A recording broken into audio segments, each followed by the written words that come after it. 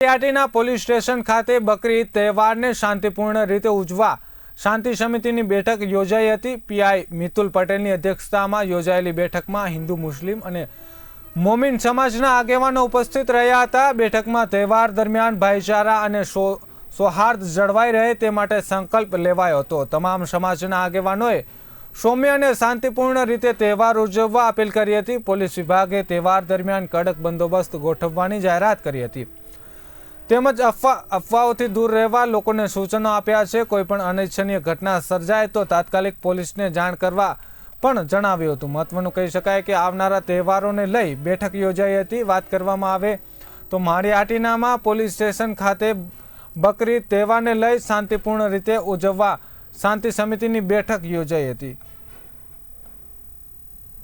માળિયાટીના ઇસ્માઇલી સમાજના મુખ્ય સાહેબ સલીમ અમીર અલી વટસરિયા તેમજ મુસ્લિમ સમાજના અગ્રણીઓ આજે શાંતિ સંમેલનની મિટિંગ હતી। આ મિટિંગની અંદર અમે લોકોએ બાંહેધરી આપી છે કે આ જે બકરી ઈદનો જે તહેવાર આવે છે એની અંદર પૂરા સાથ સહકાર આપી અને આ બધી સમાજને ધ્યાનમાં રાખી અને આ પ્રોગ્રામ અમે સફળતાપૂર્વક પૂરો કરશું। તેના માટે અમે લોકો મુસ્લિમ સમાજ, ઇસ્માઇલી સમાજ, આ પોલીસ સ્ટાફ અને પૂરા ગ્રામજનોને